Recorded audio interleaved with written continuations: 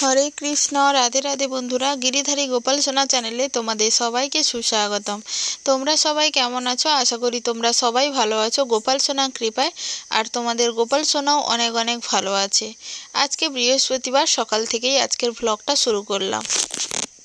আজকের ভ্লগে একটা কাচাকুচি আর একটা সুন্দর রেসিপি তোমাদের সাথে শেয়ার করব, যেটা আমার নিজের মাথা থেকে বেরোনো বুদ্ধি দিয়ে রেসিপি বানানো।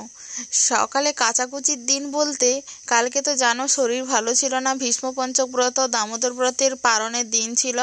বলেইছিলাম যে আগের ভিডিওতে যে আমার শরীরটা ভালো ছিল না, সমস্ত কাজ পড়ে আছে। আজ ঘরে কত কাজ বলে বোঝাতে পারবো না। তাছাড়া এই বাসন এই ধুতে ধুতে আবার শুনলাম রেশন দেওয়া হচ্ছে। রেশন আনতে গেলাম, আবার কতক্ষণ বসে থাকলাম সার্ভার ডাউন বলে। মানে কি যে বলবো আর কি, মানে বলে বোঝানোর নয়। কত জামা কাপড়, প্রায় 2-2.5 গামলা মতো জামা কাপড় ছিল আজকে। সব আজকে ধুতে হবে, না হলে এই ঘরটা পরিষ্কার হবে না। গোটা ঘরে সমস্ত জিনিসপত্র এলোমেলো হয়ে পড়ে আছে। থালা বাসন, কৌটো, জামা কাপড়, সমস্ত কিছু। আজকে ভেবেছি সমস্ত কিছু গোছাবো, না গোছালে হবে না।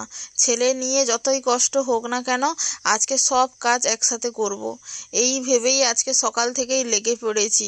থালা বাসন সব ধুয়েছি, পরে আগে আমি ভাবলাম কাপড় চোপড়গুলো ধুয়ে দিই, না হলে কিন্তু শুকোবে না।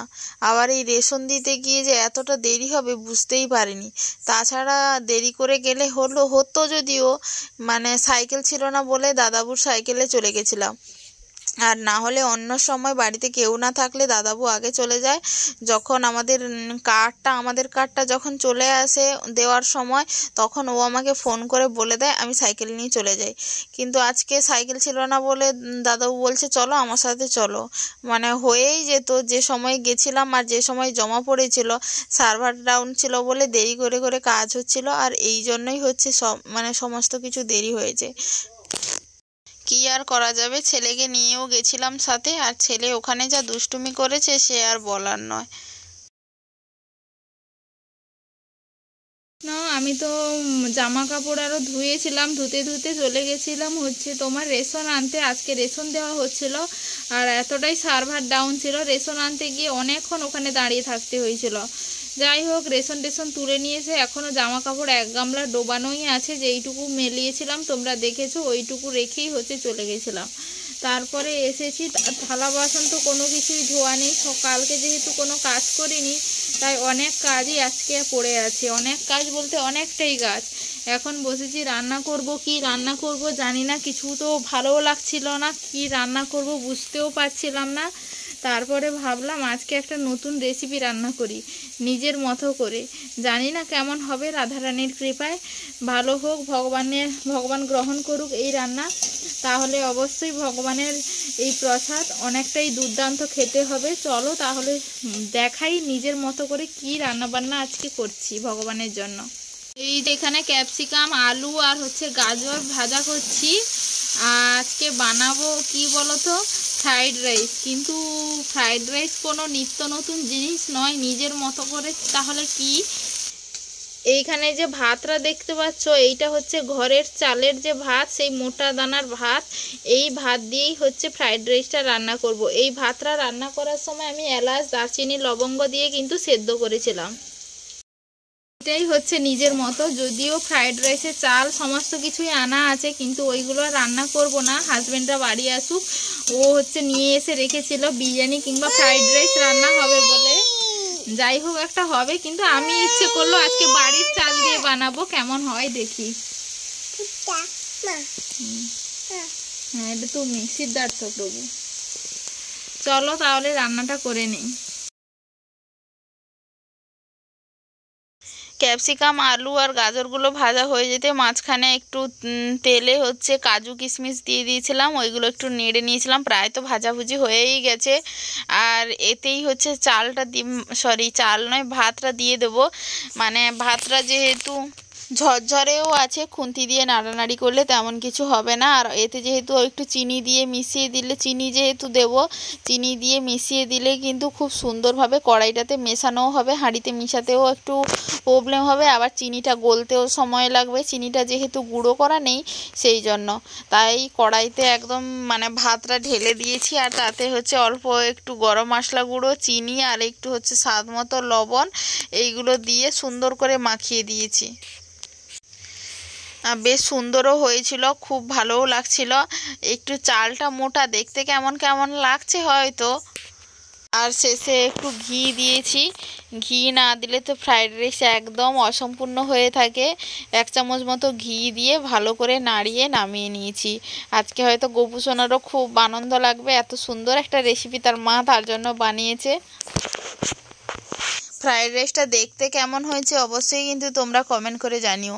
আর এই রকম আমার মাথা থেকে এইসব বুদ্ধি বেরোয় নাকি এই রকম বুদ্ধি আরও কারুর মাথা থেকে বেরিয়েছে এবং বাড়িতে এইভাবে বানিয়েছো, অবশ্যই কিন্তু কমেন্ট করে জানিও।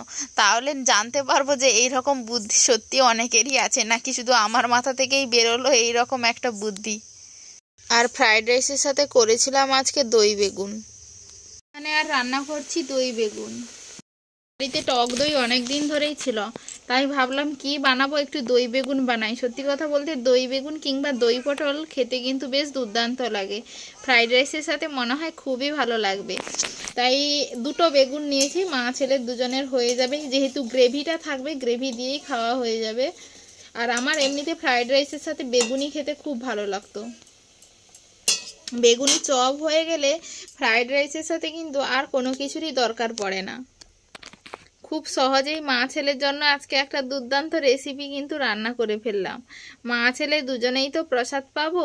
রান্না হয়ে যাক, গোপু সোনাকে ভোগ লাগিয়ে দেব, ছেলেকে স্নান করিয়ে মা ছেলে দুজনেই প্রসাদ পেতে বসে পড়বো। যখন গোপু সোনাকে ভোগ লাগাবো তখন তোমাদেরকে প্রসাদ দর্শন করাবো।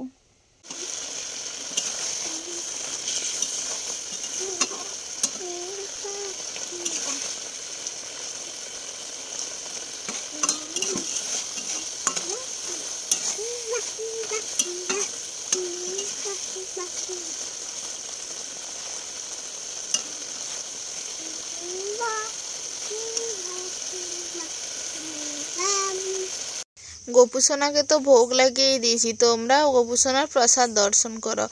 ভগবানের ভোগ দর্শনে কিন্তু দুর্ভোগ কাটে, এই কথাটা আমি সবসময় বলে থাকি। আর আমার গোপু সোনাকে কেমন লাগছে অবশ্যই কিন্তু কমেন্ট করে জানিও।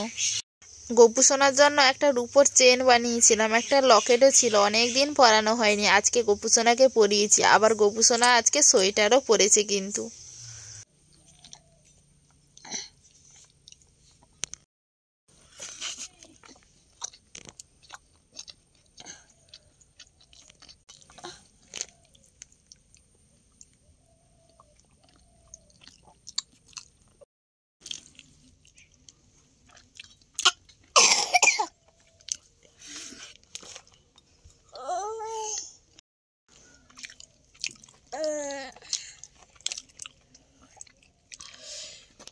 আজকে প্রসাদ দুর্দান্ত হয়েছে, মানে এত সুন্দর প্রসাদ, মানে বাড়ির চাল দিয়ে হলে কি হবে, ফ্রাইড রাইসের থেকে কোনো তুলনায় কিন্তু কম হয়নি, খুব সুন্দর স্বাদ হয়েছে।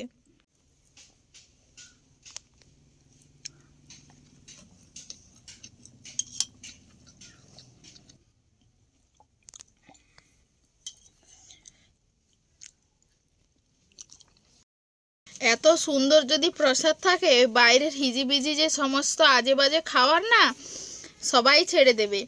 এত সুন্দর প্রসাদের স্বাদ, মানে সত্যি গোবিন্দের অপার কৃপা।